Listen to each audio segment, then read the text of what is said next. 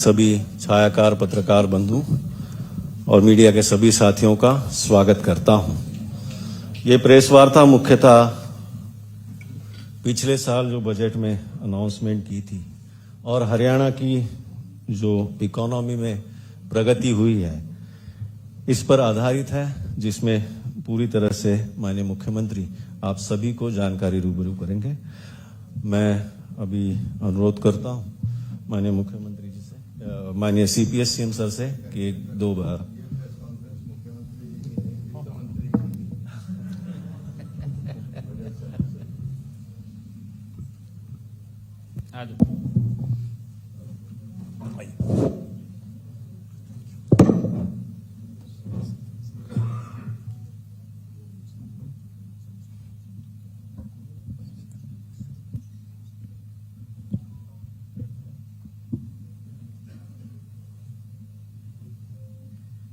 Thank you.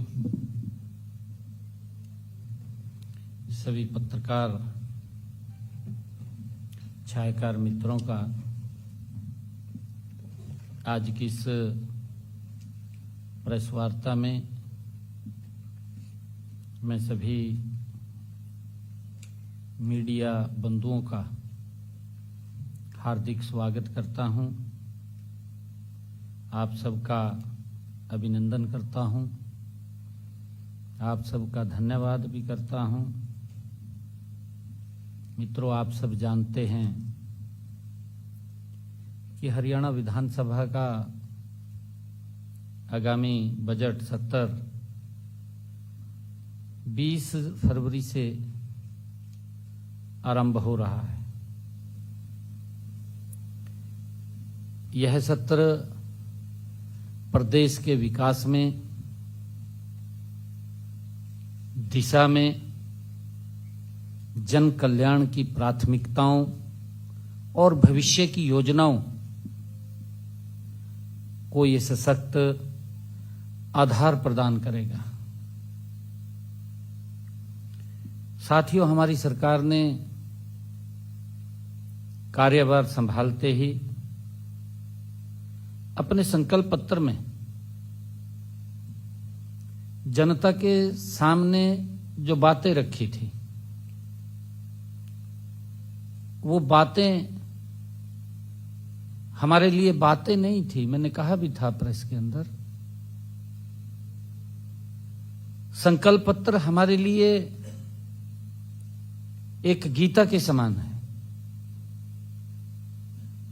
हम उसको भगवान की तरह पूजते हैं।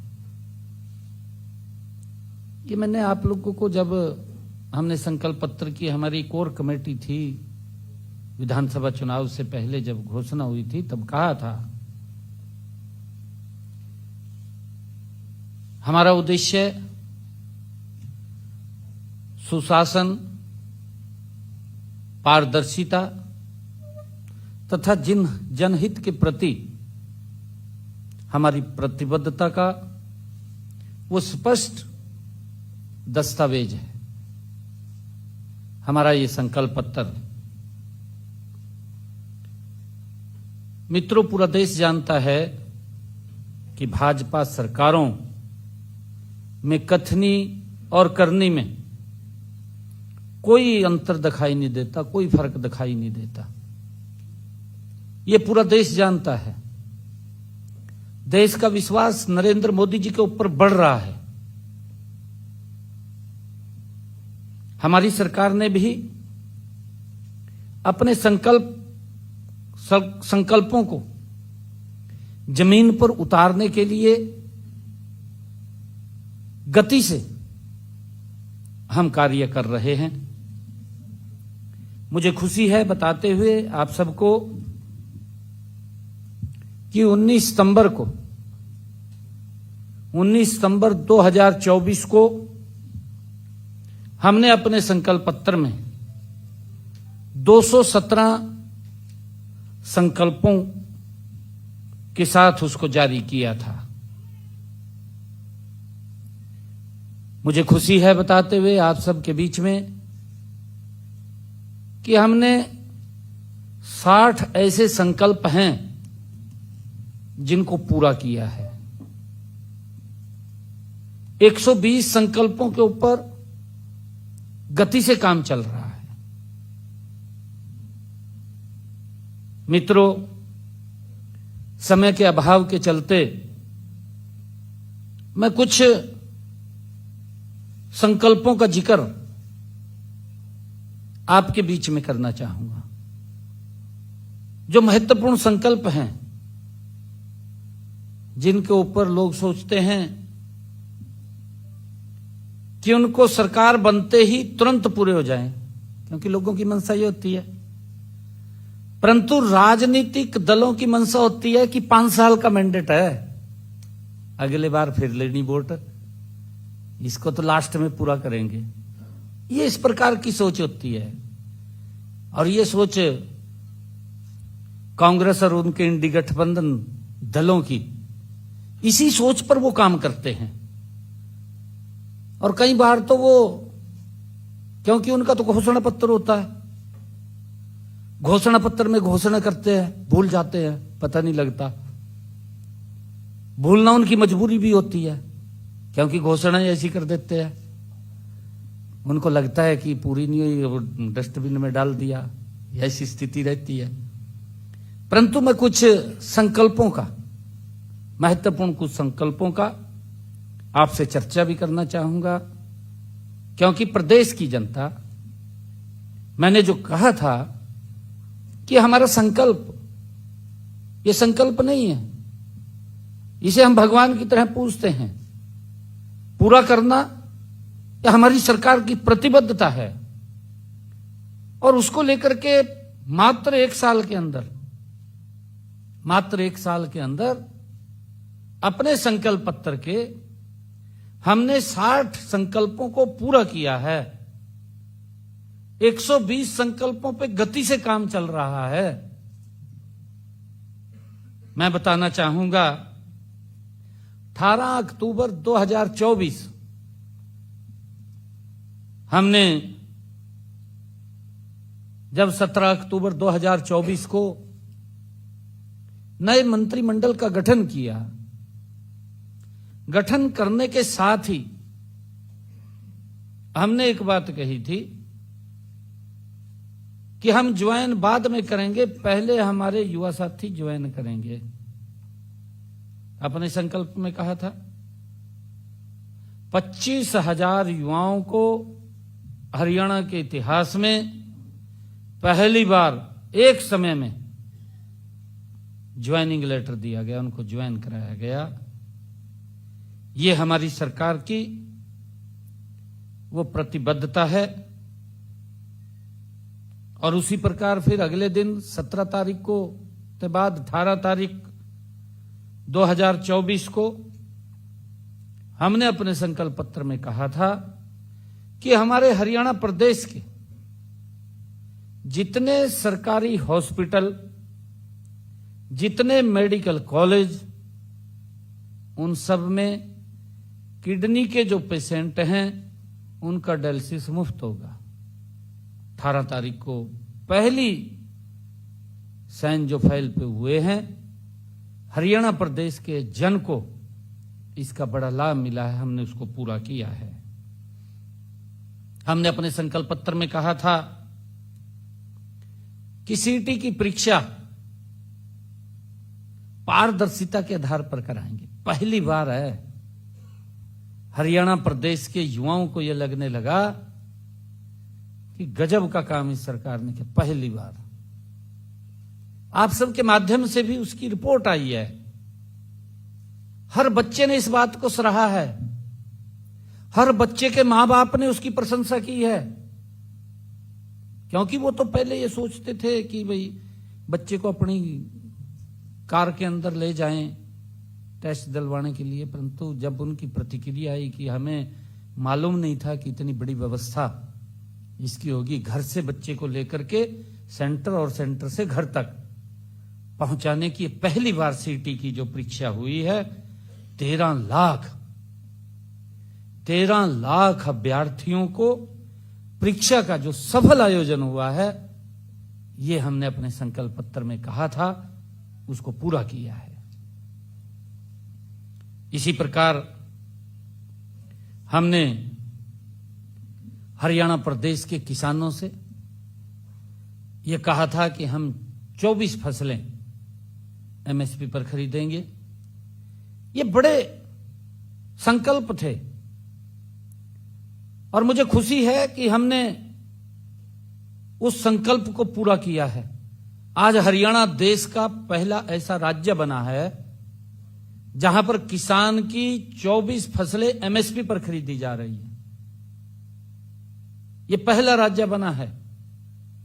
हमने उस संकल्प को पूरा किया है और इसी प्रकार हमने अपने संकल्प में कहा था कि हमारी वो माताएं बहनें जिन परिवारों की इनकम 1,80,000 रुपए से कम है, ऐसे परिवारों की रसोई में हम 500 रुपए का गैस का सिलेंडर उनको मिलेगा।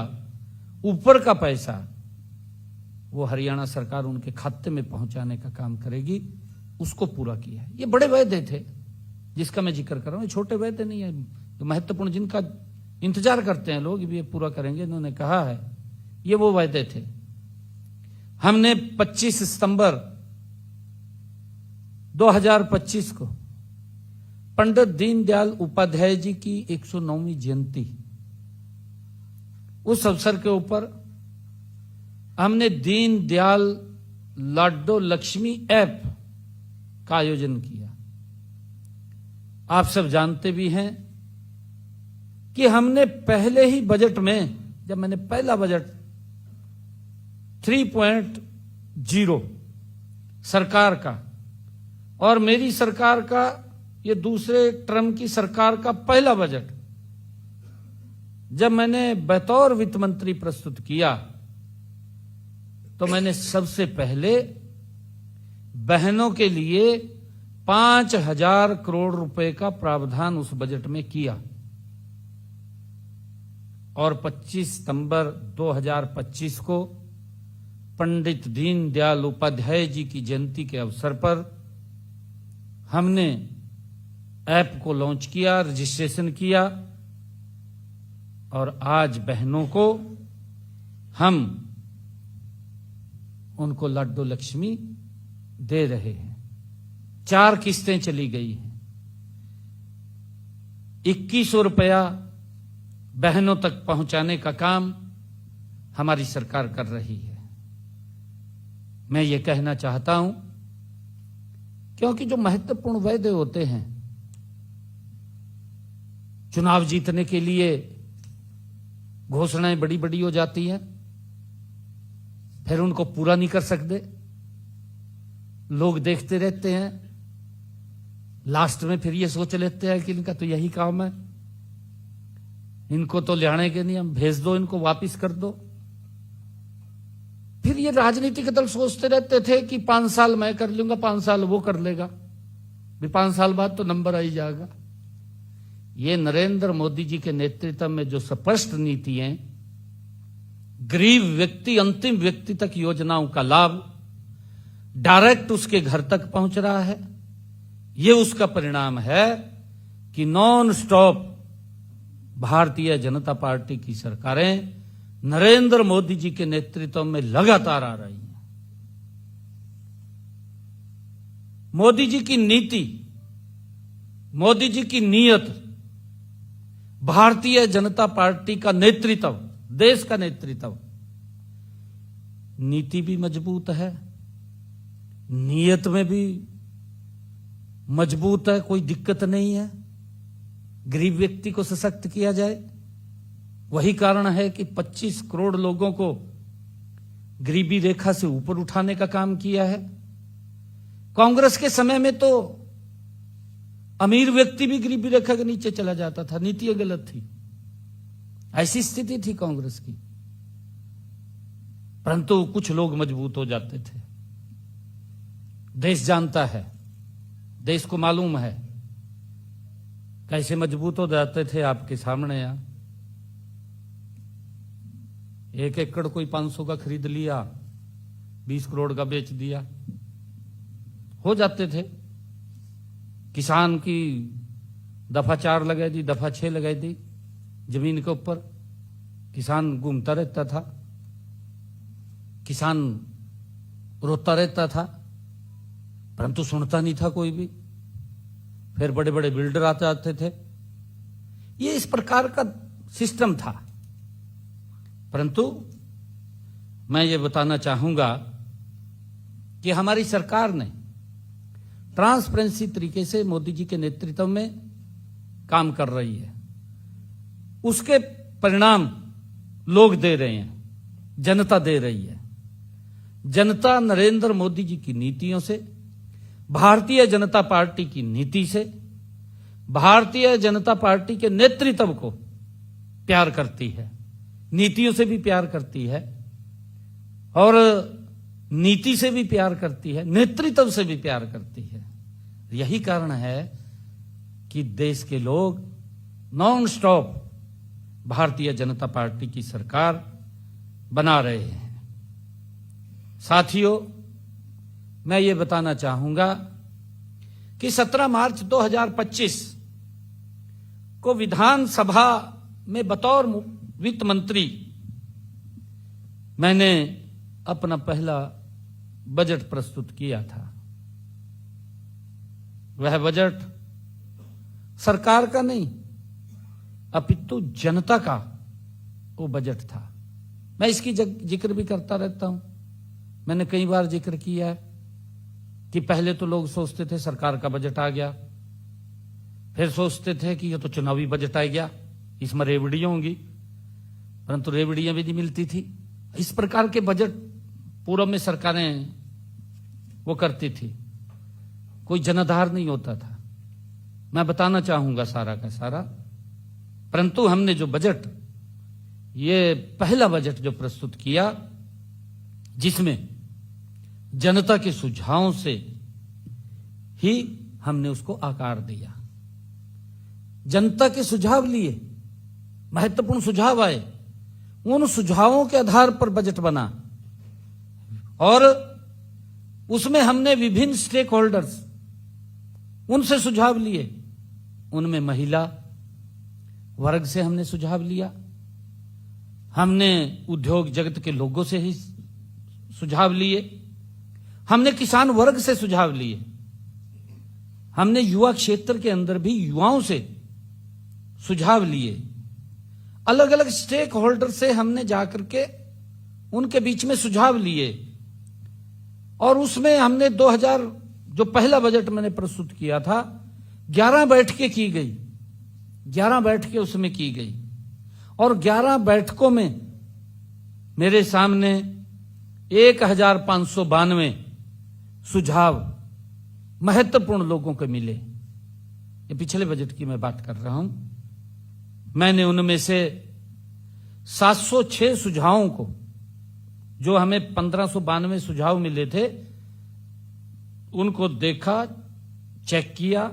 जो महत्वपूर्ण सुझाव थे उनमें से 706 सुझावों को हमने बजट में शामिल किया है और 2025-26 के इस बजट में जब शामिल किया तो लोगों को लगा कि ये बजट तो हमारा है, ये बजट जनता का है, ये सरकार का बजट नहीं है।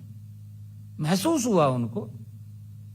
और साथियों, 25-26 का जो बजट है, उस बजट के अंदर उन सुझावों के आधार के ऊपर जो सुझाव हमें मिले, मैंने बजट के अंदर 248 घोषणाएं की उन सुझावों के आधार पर जो जनता ने सुझाव दिए। 248 घोषणाएं मैंने बजट में की। मुझे यह भी बताते हुए खुशी का हो रही है कि इनमें से 77 बजट घोषणाएं हमने अक्षरशः पूरी कर दी है।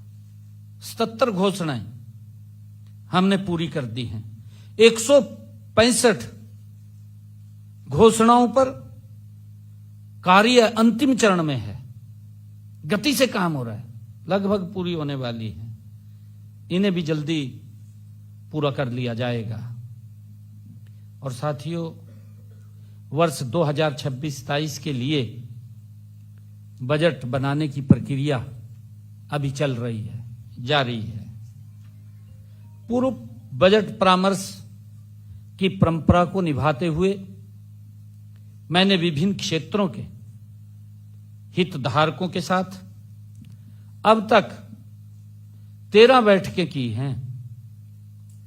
इनमें से मुझे कुल 2199 सुझाव प्राप्त हुए।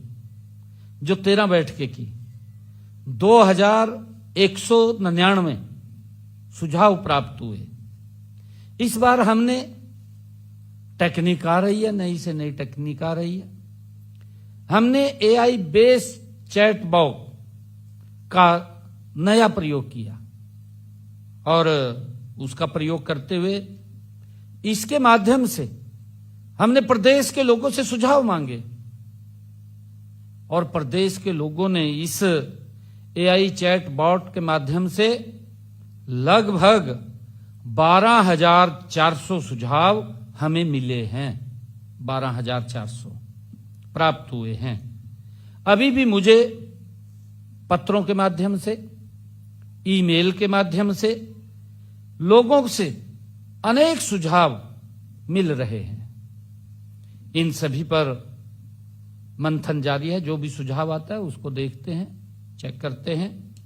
मैं आशा करता हूं कि इस बार कम से कम 4-5 हजार सुझावों को आगामी बजट 2026-27 में सम्मिलित किए जाएंगे, ऐसा मुझे अनुमान है, क्योंकि ये जनता के द्वारा दिए गए सुझाव हैं।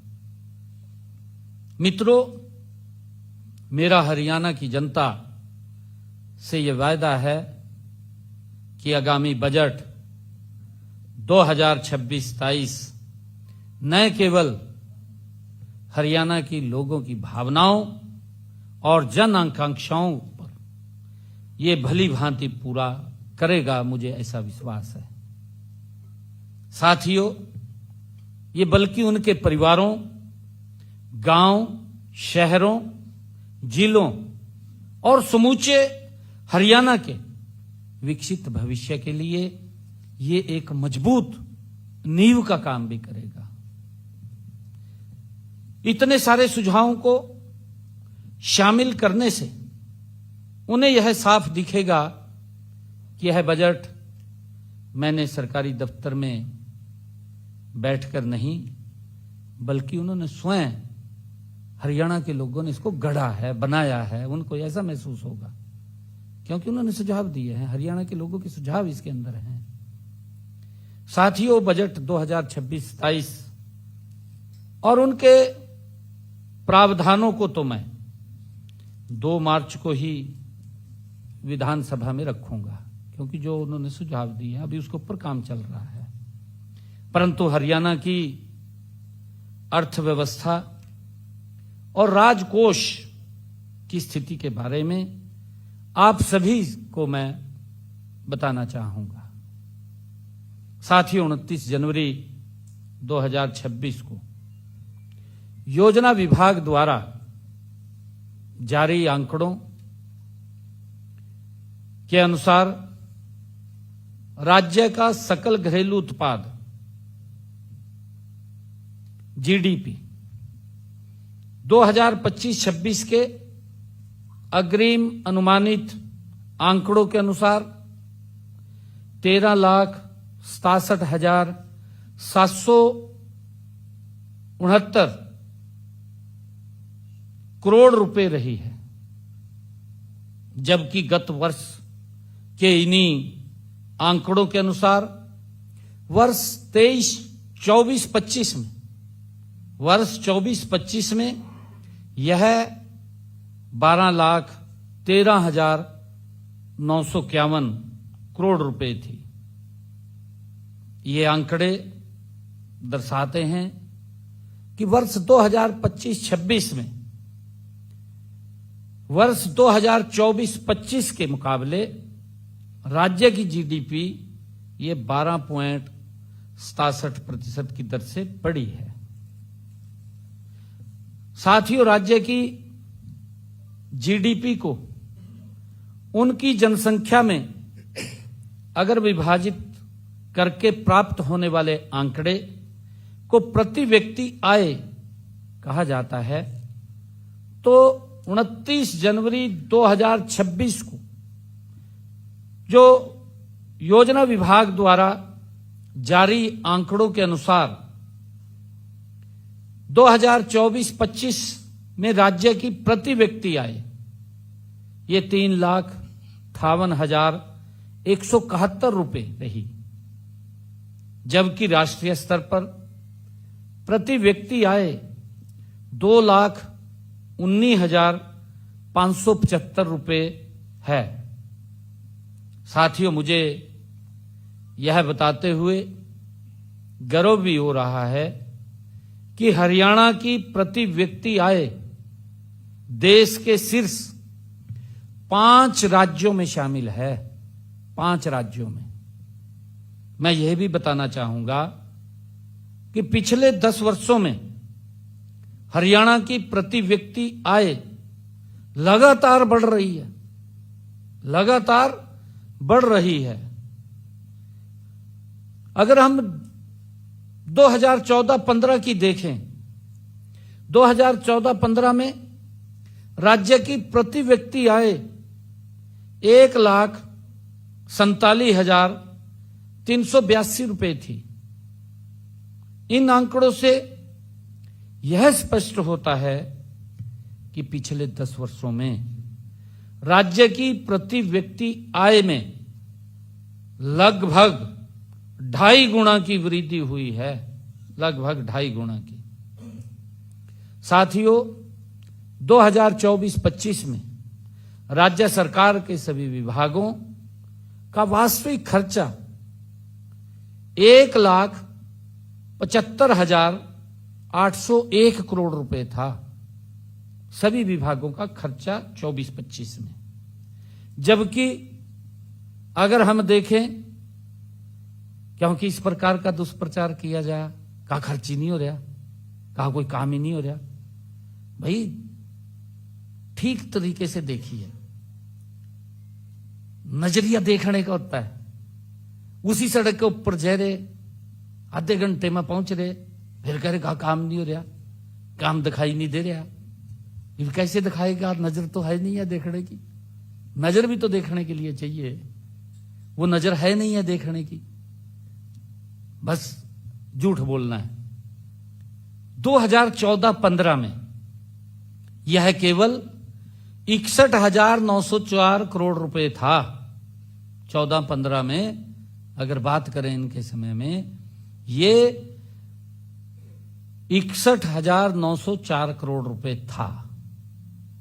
चालू वित्त वर्ष में 16 फरवरी 2026 तक सभी विभागों का वास्तविक खर्चा 1,59,747 करोड़ रुपए है।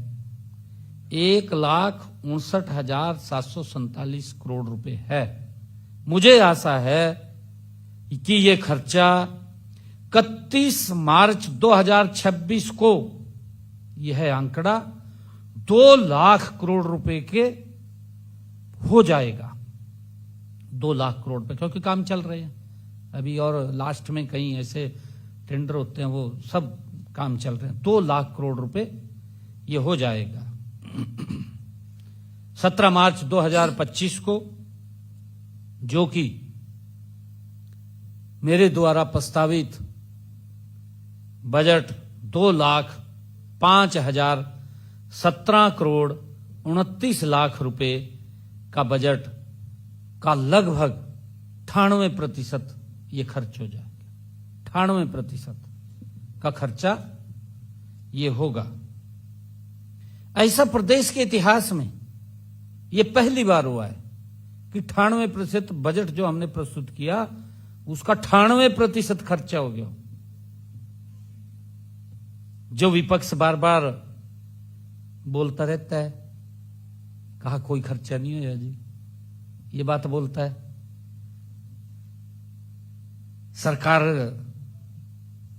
सरकार अर्थव्यवस्था पर खर्च नहीं कर पाई, इस प्रकार की बातें करता है, गुमराह वाले बयान करता है। कि अफवाह फैला दो, कुछ भी अफवाह फैला दो। आप बुजुर्गों की फैला दी थी। अब देखिए जिम्मेवारी तो बढ़ती है ना, अगर कोई चीज है उसको वेरीफाई करना सरकार का दायित्व है। ऐसा नहीं है कि सरकार का कोई दायित्व नहीं, सरकार का दायित्व है। अगर कोई कहीं दिक्कत आती है उसको वेरीफाई करना। अफवाह डाल दी, उसका श्रेय लेने की बात कर दी। साथियों, मुझे खुशी है कि ये वास्तविक खर्च उनके समय में जो खर्च होता था उससे लगभग 3 गुना ज्यादा, 3 गुना ज्यादा उनके समय से। जो कहते हैं कि हमारे समय के अंदर ये था वो था, लोग देखते रहते थे। उनके समय में किसी फिरनी की घोषणा कर दी, 5 साल तक पैसा नहीं पहुंचा था, गांव वाले घूमते रहते थे, भी वही फिरनी के पैसे आवांगे, हमारी पक्की फिरनी बनेगी। परंतु 5 साल के बाद निराशा हाथ लगती थी, कोई पैसा नहीं पहुंचता था।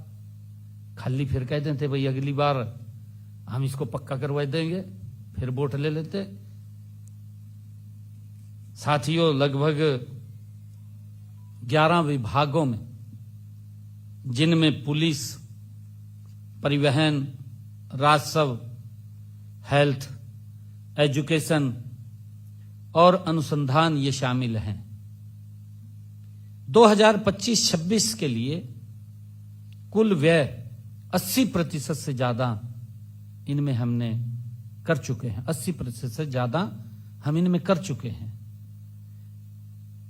लगभग 21 विभागों का अब तक का व्यय 2025-26 में 70% से ज्यादा हो गया है, चल रहा है। मैंने कहा है कि 98% तक ये जो फाइनेंशियल ईयर है 98% तक खर्च होगा, इतिहास में पहली बार है। और साथियों, कोई भी सरकार अपने राजकोषीय का कितना, राजकोष का कितना अच्छा प्रबंधन कर रही है, यह जानने के लिए राजकोषीय घाटा सबसे उत्तम तरीका होता है कि उसका प्रबंधन क्या है। आपके सामने इसके ऊपर भी बड़ी टिप्पणियां विपक्ष कर रहा है। कहा जी इनका प्रबंधन ही नहीं ठीक है। कहा जिनके समय के अंदर राजकोषीय घाटे की स्थिति लचर पचर थी, वो बाहर बैठकर सुझाव दे रहे। कहा कोई प्रबंधन ठीक नहीं है। कहा भाई तुम अपने समय में तो देख लो क्या प्रबंधन था। मैं बताना चाहूंगा, वर्ष 2024-25 में राज्य का राजकोषीय घाटा तत्कालीन जीडीपी का 2.83% रहा, जबकि 2014-15 में यह 2.88% था। 2.88% था। हमें यह भी ध्यान रखने की जरूरत है कि FRBM एक्ट के अनुसार उस समय भी राजकोषीय घाटे की ऊपरी सीमा 3% थी कि 3% से ऊपर आप राजकोषीय घाटा नहीं कर सकते। और आज भी 3% है। इनके समय में भी 3% थी, आज भी वही है कि वो बड़ी नहीं है, आज भी 3% ही है। राजकोषीय घाटा उस समय 0.05% अधिक था। इनके समय में 0.05% अधिक था। हमारे कुशल वित्तीय प्रबंधन का यह पहला परिचायक है। मित्रों, 16वें वित्त आयोग 2026 से 31 की सिफारिशों के अनुसार हरियाणा को केंद्रीय करों में जो हिस्सेदारी है वो 1.093% से बढ़कर के 1.361 हो गई है, 1.361% हो गई है, जो 15वें वित्त आयोग की तुलना में 24.52% की ऐतिहासिक वृद्धि को दर्शाता है। 24.52% की ऐतिहासिक वृद्धि को, यह वृद्धि अब तक के इतिहास में यह सबसे बड़ी वृद्धि है अब तक के इतिहास में। इसके लिए मैं देश के यशस्वी प्रधानमंत्री आदरणीय नरेंद्र मोदी जी, उनका आभार भी व्यक्त करता हूं कि उनके कुशल नेतृत्व के अंदर, और हमारी वित्त मंत्री निर्मला सीतारमण जी और हमारे वित्त आयोग के चेयरमैन डॉक्टर अरविंद पनगड़िया जी पिछले दिनों आए थे, आप बुलाए थे, आप लोग आए थे उसके अंदर, उनको मैं विशेष तौर से मैं धन्यवाद करता हूं कि आप सभी व हरियाणा की जनता को भी मैं आज बधाई देता हूं। और मैं ये बताना भी चाहूंगा कि 12वें वित्त आयोग जो ये कह रहे हैं ना कि आर्थिक प्रबंधन ठीक नहीं है, ये उनके प्रबंधन की बात कर रहा हूं मैं। उनके समय के अंदर क्या स्थिति थी आर्थिक प्रबंधन की। 12वें वित्त आयोग 2005 से 10 में यह हिस्सा 1.075% था। ये 12वें वित्त आयोग में 1.075% था, जो 13वें वित्त आयोग 2010 से 15 में कम होकर के 2010 से 15 में ये और कम हो गया, कम होकर के 1.048।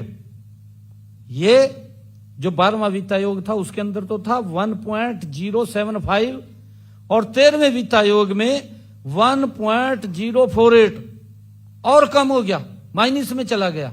ये इनका वित्त प्रबंधन था। ये जो बात कर रहे हैं ना कहा वित्त प्रबंधन ठीक नहीं है, वित्त प्रबंधन ठीक नहीं, ये इनका वित्त प्रबंधन था। ये 1.048% रह गया। 16वें वित्त आयोग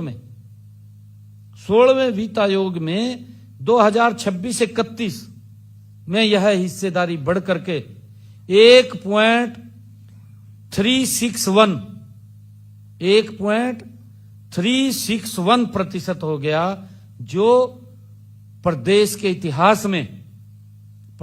इतिहास में अब तक की सर्वाधिक वृद्धि है। यह आर्थिक प्रबंधन की बात कर रहे हैं, उसको पर उंगलियां उठा रहे हैं। ये आंकड़ा इनके सामने है। साथियों, 13वें वित्त आयोग की रिपोर्ट से राज्यों को केंद्रीय करों में मिलने वाले हिस्से में हरियाणा राज्य 20वें स्थान पर यह था। 13वें वित्त आयोग में 13वें वित्त आयोग में जो केंद्रीय करों में हिस्सेदारी थी हरियाणा की, वो 20वें स्थान पर था। 14वें वित्त आयोग में यह 17वें स्थान पर था। 15वें वित्त आयोग में यह 21वें स्थान पे था। ये प्रबंधन की बात कर रहे हैं, आपके सामने है कि आर्थिक प्रबंधन किसका ठीक था, किसका नहीं ठीक था। और 16वें वित्त आयोग में आज ये देश के अंदर पहले स्थान पर है। देश में पहले स्थान पर हरियाणा है।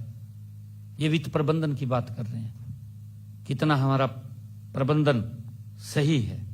साथियों, केंद्रीय करों में हरियाणा की है बढ़ती हुई हिस्सेदारी हमारी सरकार की ये मजबूत वित्तीय विश्वसनीयता और प्रभावी नीति का ये प्रमाण है, जो केंद्रीय करों में हमारी हिस्सेदारी बढ़ रही है। अब मैं विपक्ष के साथियों से ये कहना चाहूंगा कि आप ही बताएं, अगर शासन और नीयत सही ना होती तो हरियाणा कोई है जो भरोसा बढ़ा है हरियाणा के ऊपर, संसाधन हमें कैसे मिलते अगर ये भरोसा ना बढ़ता। भरोसा बढ़ा है, हमने करके दिखाया है, वित्तीय प्रबंधन हुआ है, तभी हम देश में नंबर 1 स्थान के ऊपर आए हैं। और ये कह रहे आर्थिक प्रबंधन ठीक नहीं है।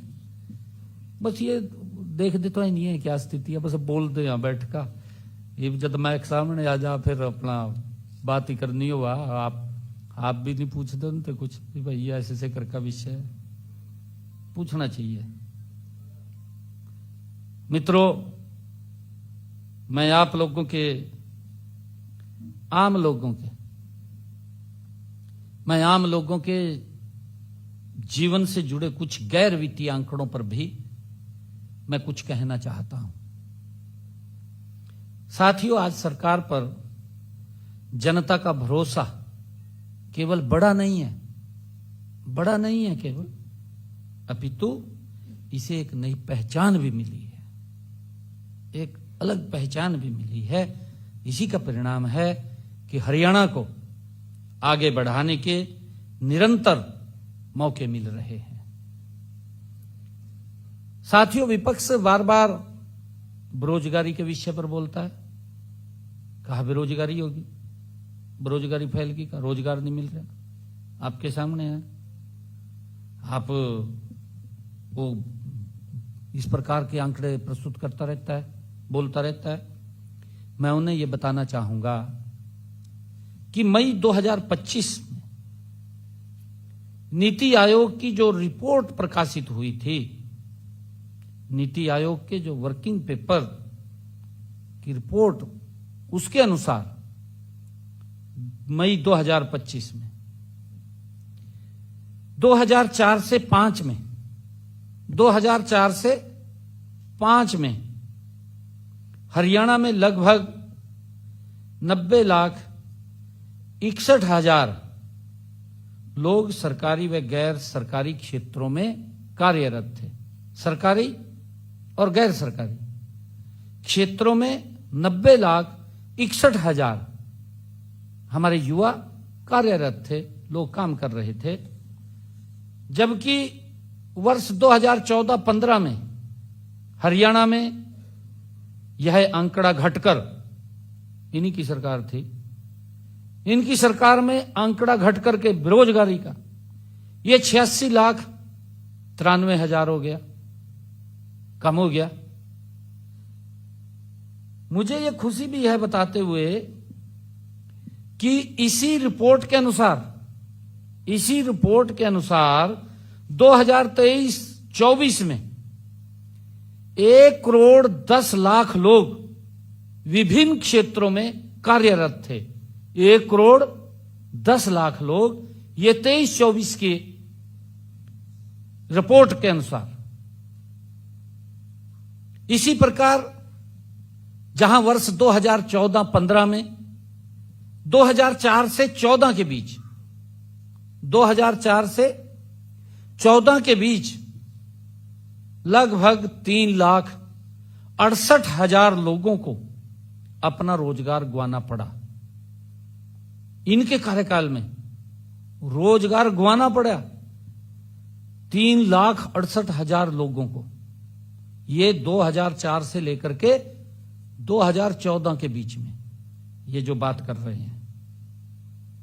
और वहीं अगर हम देखें 2023-24 तक लगभग 27 लाख लोगों को रोजगार के नए अवसर प्रदान हुए हैं। 27 लाख लोगों को। मित्रों, शिक्षा क्षेत्र में भी अगर हम बात करें, वर्ष 2004 से 14 की अवधि में उच्च शिक्षा में ग्रॉस इनरोलमेंट रेशो लगभग 27% था, जबकि वर्ष 2015 से 25 की अवधि के दौरान यह बढ़कर 34% हो गया। 15 से 25 की अवधि के दौरान यह 34% हो गया। और इसी प्रकार अगर हम देखें वर्ष 2005 से 2014 की अवधि के बीच प्रदेश में लगभग 45 विश्वविद्यालय थे, जबकि वर्ष 2015 से 25 की अवधि के बीच ये 80 नए विश्वविद्यालय प्रदेश में स्थापित किए गए। मित्रों, शिक्षा स्तर में ये लगातार कमी की बात कर रहे हैं। मैं उनसे पूछना चाहूंगा, क्या ये आंकड़े ये शिक्षा स्तर में हुई वृद्धि नहीं दर्शा रहे? अगर आप लोग देखेंगे कि एक मिशन मोड में काम किया गया कि हमारी बेटियों को हर 20 किलोमीटर के ऊपर एक राजकीय महाविद्यालय मिलना चाहिए, मिल गया ना, हर 20 किलोमीटर के ऊपर ये दिया है। सरकार की ये नीति, सरकार की नियत गति से काम कर रही है, ये उसको दर्शाते हैं। साथियों, वित्त विभाग द्वारा जारी व्हाइट पेपर के अनुसार राज्य का अपना राजस्व, राज्य का जो अपना राजस्व है वो 2013-14 में 25,567 करोड़ रुपए था। ये 13-14 में 25,567 करोड़ रुपए था, जबकि 2024-25 में राज्य का अपना राजस्व बढ़ करके ये 70,943 करोड़ रुपए हो गया। 70,943 करोड़ रुपए। साथियों, वर्ष 13-14 में की तुलना में अगर वर्ष 2024-25 में लगभग अगर उसका अंतर हम देखें 52,376 करोड़ रुपए की वृद्धि हुई है। 52,376 करोड़ रुपए की वृद्धि हुई है अगर इसका अंतर हम देखें।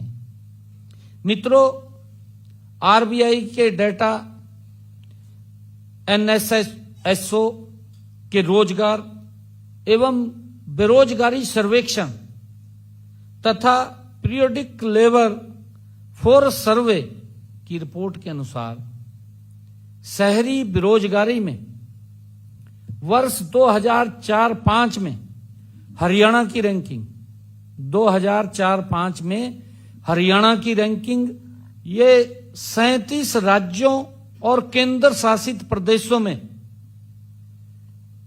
37 राज्यों और केंद्र शासित प्रदेशों में ये 17वें स्थान पर थी 2004-05 में। यह वर्ष 2023-24 में हमने इसके ऊपर गति से काम किया है, इसको सुधार करके 8वें स्थान पर ये आ गई है। कहां 17? ये कह रहे हैं ना, ये इनके प्रबंधन की बात थी, इनकी व्यवस्था की बात थी, हमारी व्यवस्था की भी ये बात है। और इसी प्रकार ग्रामीण बेरोजगारी में हरियाणा की रैंकिंग वर्ष 2004-05 में 22वें स्थान पर थी, जो कि वर्ष 2023-24 में सुधर कर ये 15वें स्थान पर आ गई है। साथियों, पिछले कुछ सालों में हरियाणा का औद्योगिक विकास तेजी से बढ़ा है, हम सब देख रहे हैं। नहीं तो इस प्रकार का दुष्प्रचार किया गया, कहा जी इंडस्ट्री बाजगी, कहा इंडस्ट्री बंद होगी। भाई कई बार परिस्थितियां भी हो जाती हैं। एक व्यक्ति है प्रिंसिपल एम्प्लॉयर, एक व्यक्ति है, अगर किसी को दुर्घटना होगी तो दिक्कत आ जाती है। एक व्यक्ति करने वाला है, दिक्कत आ जाती है। अरे इस प्रकार की बातें कर रहे हैं, कहा जी इंडस्ट्री तो कहा बंद हो गया, दुष्प्रचार किया गया, लोगों के अंदर भ्रम की स्थिति पैदा की गई, लोगों को भयानक सपने दिखाने का काम आजकल विपक्ष कर रहा।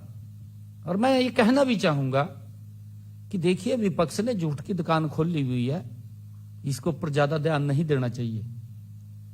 क्योंकि अब पता चल गया है देश के लोगों को कि इनकी दुकान के अंदर कुछ नहीं है, जूठ का सामान है। जब कह देना भी ये चाइनीज सामान है, कहा पता नहीं चलेगा भी नहीं चलेगा, वो सामान लियो घूम रहे ये तो। साथियों, पिछले कुछ सालों में हरियाणा का औद्योगिक विकास तेजी से बढ़ा है। आज राज्य देश के बड़े औद्योगिक राज्यों में गिना जाता है। ये तो चर्चा कर रहे हैं लोग, परंतु ये करे कहा इंडस्ट्री नहीं आई है, ये अभी भी उसको मान रहे हैं। मैं ये बताना चाहूंगा कि वित्त वर्ष 2023-24 में हरियाणा का औद्योगिक उत्पादन 11.08 लाख करोड़ रुपए था। 11.08 लाख करोड़ रुपए रहा, जिससे राज्य देश में चौथे नंबर पर है। देश में चौथे नंबर पर। साथियों, ये दिखाता है कि हरियाणा में उद्योगों का आधार मजबूत हुआ है, और ये उल्टा कह रहे हैं। साथियों, हर फैक्ट्री से होने वाला उत्पादन औसतन 15,549 लाख रुपए रहा है। 13,549 लाख रुपए रहा है, जो देश के औसत से करीब 2 गुना है। इसी तरह हर कर्मचारी से होने वाला उत्पादन 93 लाख रुपए रहा है। 93 लाख रुपए रहा है, जबकि देश का औसतन 78.2 लाख रुपए है, अगर देश की हम पूरे बात करें। साथियों, इसका मतलब साफ है कि हरियाणा में श्रमिक ज्यादा कुशल हैं और बेहतर तरीके से काम भी कर रहे हैं। साथियों, जो पैसा उद्योगों में लगाया जा रहा है, उससे ज्यादा आर्थिक फायदा निकल रहा है, ज्यादा फायदा हो रहा है। देश के कुल औद्योगिक मूल्य में हरियाणा की हिस्सेदारी 6.2% है। 6.2% है। इससे साफ होता है कि राज्य का औद्योगिक विकास मात्रा के साथ साथ गुणवत्ता और उत्पादकता के मामले में भी मजबूत हुआ है। आदरणीय प्रधानमंत्री जी ने अभी चर्चा की है। उन्होंने देश के सभी इंडस्ट्रियलिस्ट से भी आग्रह किया है। अभी जो मदर डील हुई है, या अमेरिका ने टैरिफ कम किए हैं, हमारे इंडस्ट्रियलिस्ट के लिए एक बड़ा सुनहरा अवसर आदरणीय प्रधानमंत्री मोदी जी लेकर के आए हैं। क्योंकि अमेरिका ने भी टैरिफ कम किए हैं, उधर यूरोप के साथ समझौता हुआ है। उसके अंदर आदरणीय प्रधानमंत्री जी ने इंडस्ट्रियलिस्ट से यह आग्रह किया कि हमारा माल अगर विश्व की मार्केट में जाए तो भारत के माल के ऊपर उसका विश्वास बढ़ना चाहिए। हमारा ऐसा माल जाए, ऐसा ना जाए कि भाई ये तो चाइनीज है, पता नहीं कब खराब हो जाए। विश्वसनीयता खराब नहीं होनी चाहिए, उसका विश्वास बढ़ना चाहिए। आदरणीय प्रधानमंत्री जी ने आग्रह किया है कि हमें अवसर मिला है ये आगे बढ़ने का, और हम गति से इसमें आगे बढ़े। मित्रों, सरकार ने उद्योग एवं श्रमिक के बीच सहयोग एवं समन्वय बनाए रखने के लिए हमने उद्योग श्रमिक मैत्री परिषद उसका गठन किया है, जिसकी पहली बैठक 11 फरवरी 2026 को आयोजित की गई। इस तरह का यह पहला जो मैत्री परिषद है, जो किसी राज्य में नहीं बनाया है, किसी ने भी नहीं बनाया, ये पहला हरियाणा के अंदर बना है, ताकि उद्योगों के अंदर जो हमारे श्रमिक भाई हैं और इंडस्ट्रियलिस्ट हैं, वो मिलकर के उनकी विश्वसनीयता और उनकी मुहर वो मजबूत लगे, दोनों का विश्वास अविश्वास ना हो, विश्वास बढ़े, उसको लेकर के हमने उद्योग श्रमिक मैत्रिक परिषद इसका गठन किया है। साथियों, इस परिषद का उद्देश्य है प्रदेश में औद्योगिक विकास को गति प्रदान करना और उद्योग एवं श्रमिक परिवार के बीच में समन्वय बनाए रखना, ये इसका मेन उद्देश्य है। और इसके साथ ही यह परिषद बजट में घोषित नीतिगत निर्णयों की भी समीक्षा करेगी। मित्रों, इसकी नियमित बैठकें हर एक तिमाही भी होती रहेंगी। यह परिषद कामगारों की उत्पादकता, औद्योगिकरण, विकसित हरियाणा के विषय में भी यह काम करेगी। हरियाणा में वर्ष 2015 में साथ के बाद एमएसएमई ने तेज रफ्तार पकड़ी है। मैं इसके ऊपर भी बताना चाहता हूं, क्योंकि विपक्ष कई प्रकार से बोलता है कि रोजगार नहीं है जी, बेरोजगारी फैल गई ज्यादा। मैं उनको भी आईना दिखाना चाहता हूं। हरियाणा में वर्ष 2015 के बाद एमएसएमई सेक्टर के ने तेज रफ्तार पकड़ी है। आज यह रोजगार और औद्योगिक विकास का मुख्य आधार ये बना है। साथियों, वर्ष 2004 से 2014 के दौरान एमएसएमई जो गतिविधियां सीमित थी और उस समय करीब 33,000 एमएसएमई इकाइयां दर्ज थी। 33,000, ये 2004 से लेकर के 2014 के दौरान एमएसएमई की जो इकाइयां का रजिस्ट्रेशन था वो 33,000 था। और इसके बाद वर्ष 2015 से 2025 की अवधि में उद्यम और उद्यम पंजीकरण पोर्टल पर ये 20 लाख से अधिक हैं, 20 लाख से अधिक। इनके समय में 2004 से लेकर के 2014 मात्र 33,000 और 2015 से लेकर के 2025 20 लाख से ज्यादा। आप देखिए, एक बहुत बड़ा इसके अंदर अंतर है। 20 लाख से ज्यादा एमएसएमई रजिस्टर्ड हुए हैं पोर्टल के ऊपर। इनमें बड़ी संख्या में छोटे कारोबार औपचारिक व्यवस्थाओं से जुड़े हुए हैं। मित्रों, रोजगार के मोर्चे पर एमएसएमई सेक्टर का योगदान साफ दिखता है। लोगों को जो रोजगार देने में महत्वपूर्ण भूमिका है एमएसएमई सेक्टर्स की है।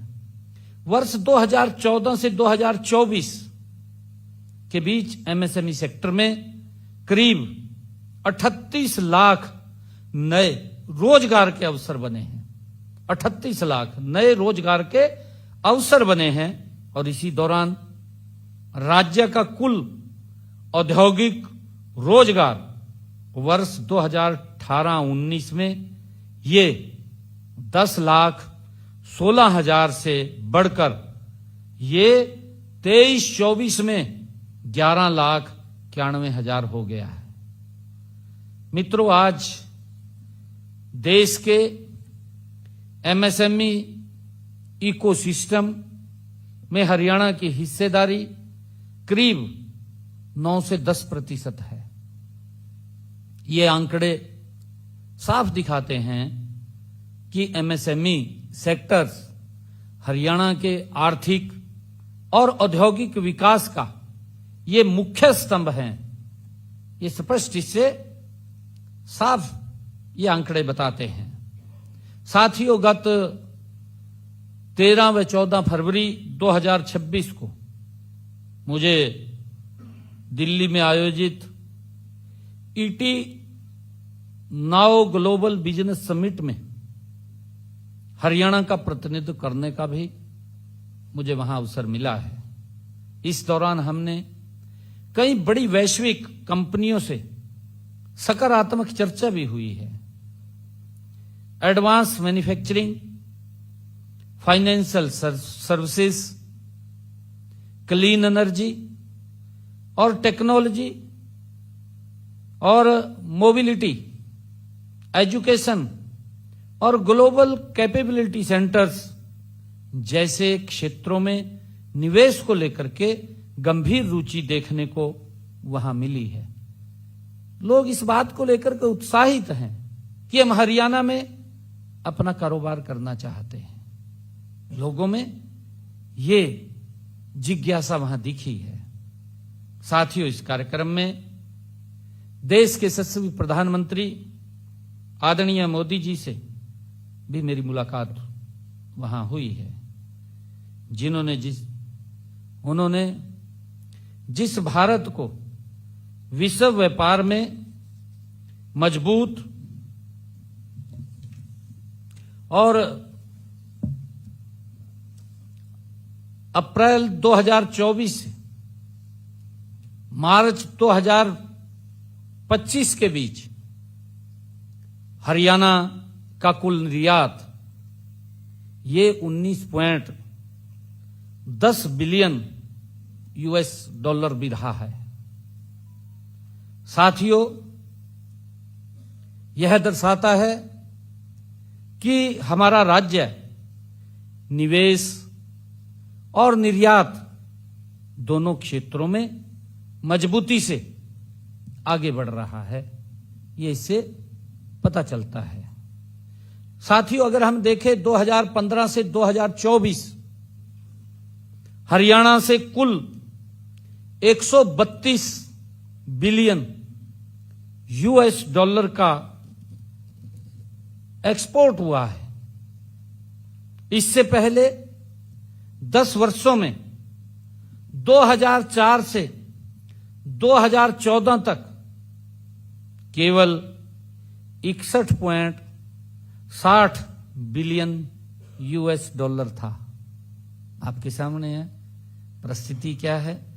2015 से 24 132.13 बिलियन US डॉलर और इनके 10 वर्षों में 2004 से 2014 ये 61.60 बिलियन US डॉलर।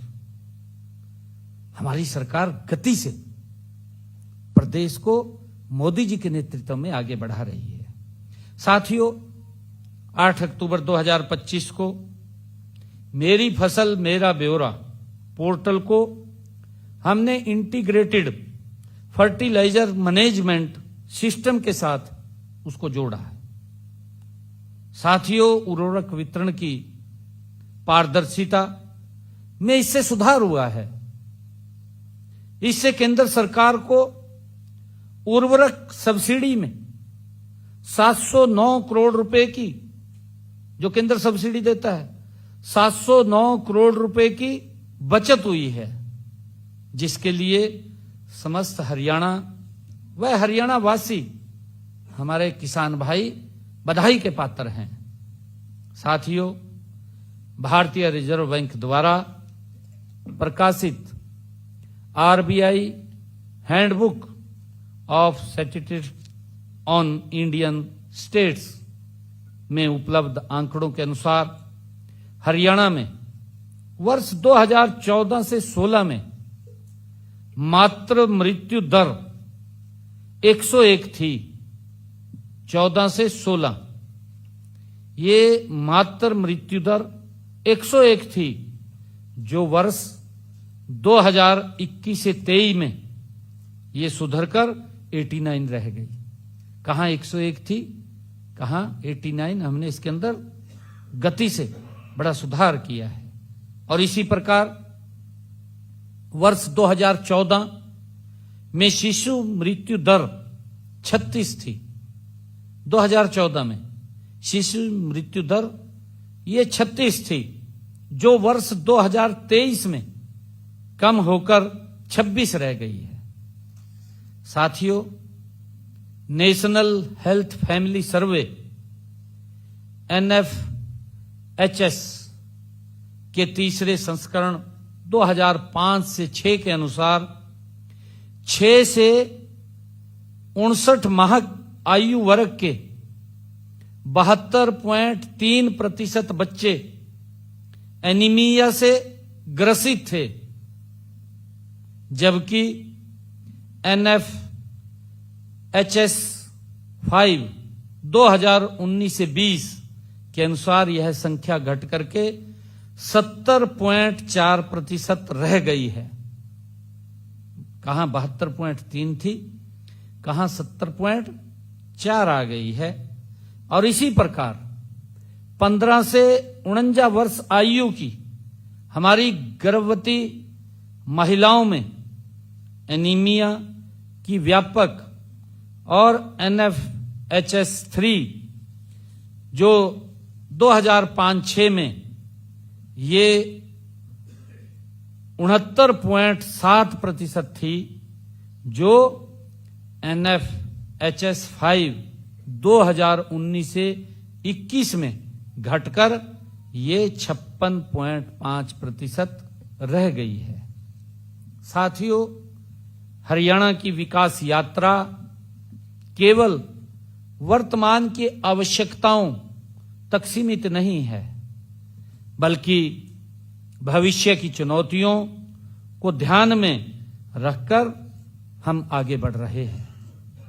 साथियों, चाहे फिर प्राइमरी क्षेत्र हो, सेकेंडरी क्षेत्र हो या टर्सरी क्षेत्र हो, हर क्षेत्र में राज्य सरकार विकास के नए अवसर पैदा कर रही है। साथियों, आगामी बजट में सरकार भविष्य के दृष्टिकोण को अपनाते हुए आगे बढ़ेगी, जहां तक कम होती जमीन, कम होता पानी और घटते हुए संसाधनों और तेजी से बदलती तकनीक को चुनौती नहीं बल्कि अवसर के रूप में लिया जाएगा। साथियों, मैं अंत में यही कहना चाहूंगा कि हरियाणा आज केवल विकास ही नहीं कर रहा, वह 2047 तक विकसित हरियाणा के रोड मैप को तैयार कर रहा है। आप सबका बहुत बहुत धन्यवाद।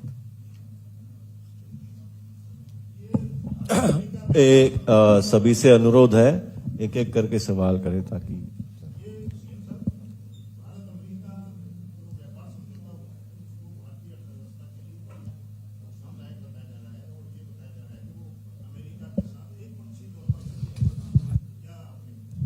देखिए, मैंने कहा है ना कि अफवाह फैलाने में बहुत ज्यादा माहिर है विपक्ष। आज हर इंडस्ट्रियलिस्ट, क्योंकि जब मैं बजट पूर्व परामर्श ले रहा था